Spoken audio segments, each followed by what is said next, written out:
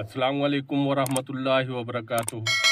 जड़ी बूटियाँ और उनके ख़वास के साथ आपका मेज़बान मोहम्मद गयूर हयात हाजिर है। आज हम जिस जड़ी बूटी की बात करेंगे इसका नाम है बही दाना। ये एक पहाड़ी इलाके में पाया जाने वाले एक फल का बीज है और इसके फ़ायदे बेशुमार हैं।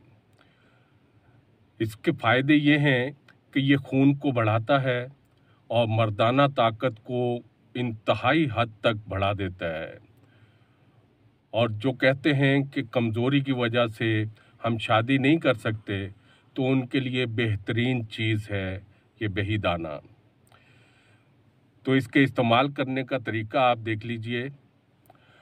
तकरीबन 5 तोला बही दाना के बीज 1 गिलास पानी में रात को भिगो कर रख लें।